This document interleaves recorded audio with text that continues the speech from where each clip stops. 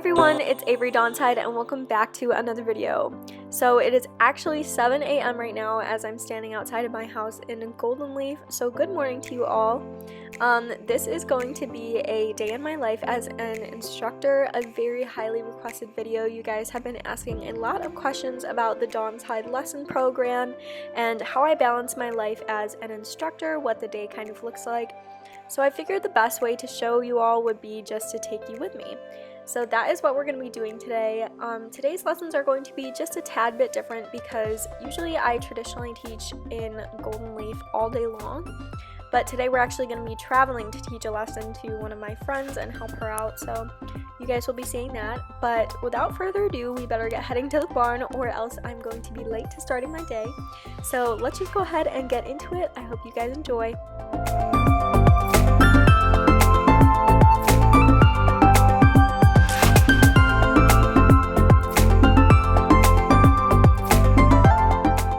Normally I would eat at the Red Shark Cafe right next to me, but since I have to travel today and that's gonna take a couple hours, I decided just to pack a grab-and-go breakfast and eat later.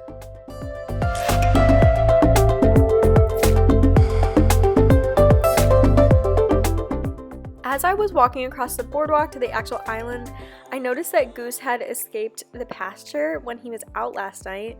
This has been happening pretty frequently. If you guys didn't see the last video, Goose has some quirks because he's an older boy and likes to adventure. So the first thing I'm gonna do this morning is just go grab Goose and put him in his pasture. Luckily, when he escapes, he doesn't go anywhere. He just kind of likes to stand and enjoy the view like an old man that he is. Some of my lesson students luckily live in Golden Leaf and they help me out with the horses in the barn, so this morning I just had to take care of feeding and watering the horses that were out in the pasture last night, and after I'm done with that I head over to the Golden Leaf Arena for our very first lesson of the day, which started at 8 a.m.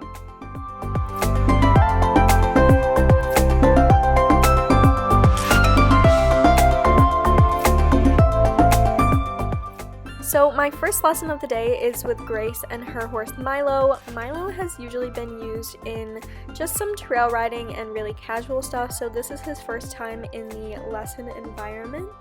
So the first thing I do to start out my lessons, how I kind of structure them, is I just talk to the student and see how they're feeling that day, what they want to try out, tell them a little bit more about who they're riding or if they have trailered a horse in like Grace did. I kind of ask what Milo's boundaries are, if he has any quirks or anything, and we kind of figure out a lesson plan before. So Grace and I just talked and decided to do just a basic flat work lesson to get him used to A, being in an outdoor arena, and B, being in a lesson at all, because like I said, he's used to just being casually ridden. So that is what Grace and I are going to get started on right now, and you guys will see that. So I'm going to kind of talk through Grace's lesson, but the first thing that I have my students do is warm their horses up. With Grace, I had her walk Milo extra around the arena just so that I can get a feel for how he moves and the way he looks under saddle. And he was doing pretty good until he started to slow down, so I just kind of followed them for a little bit, and that helped Milo pick up the pace and realize that he was in work and he needed to move a bit more forward with Grace. Once they were warmed up, I gave them the okay to start trotting, and Milo has kind of a slower trot but really good equitation and form, so they were doing pretty good. We just had to work on keeping Milo moved forward. So to do that, I just told Grace to do some short circles and keep him rounded on the sides and using her leg more. After trotting, we moved into the canter, and Milo has such a beautiful, slow-gaited canter. He's not bouncy or anything at all, so Grace's seat was really nice and deep in the saddle, which I was really happy and proud to see. Again, I just had her do some circles to keep her control, which were absolutely incredible. For Milo being a chunky boy, he did very good.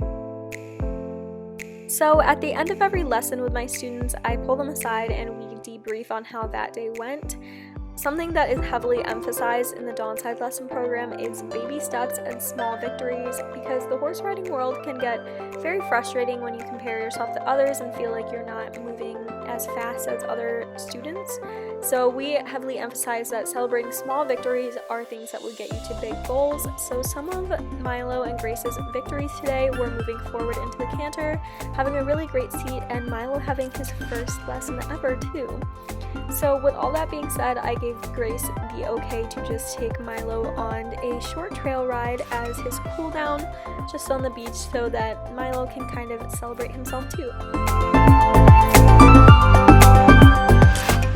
As I waved Grace and Milo goodbye and let them go on their trail ride cool down, my next lesson student actually just was walking in the arena, which you guys will be seeing a very familiar face in the next clip.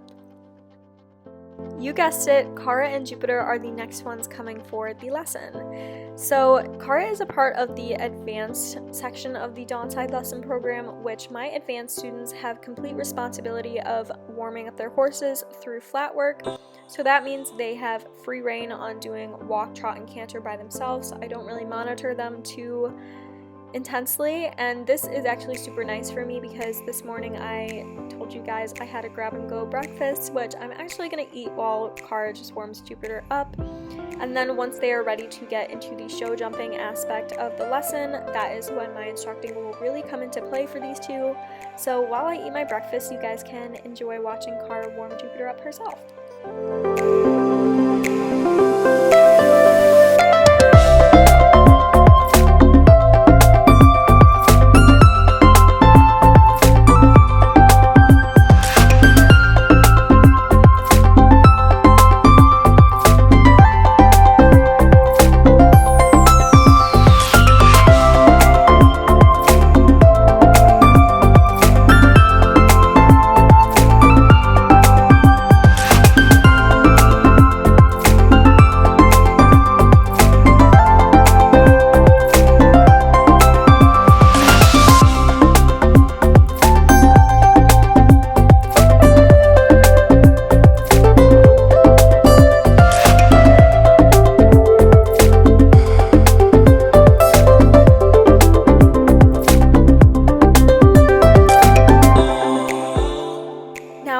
To the jumping part of their lesson, I just showed Kara some couple warm-up jumps to do so that we can get moving into some bigger jumps later.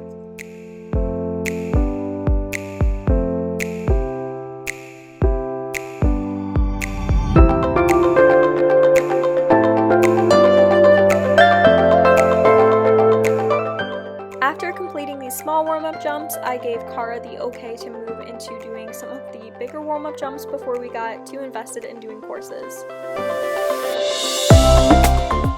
Moving on to doing some courses, I just showed Kara the line that I wanted her to do, which was going away from home, and she rode it very well.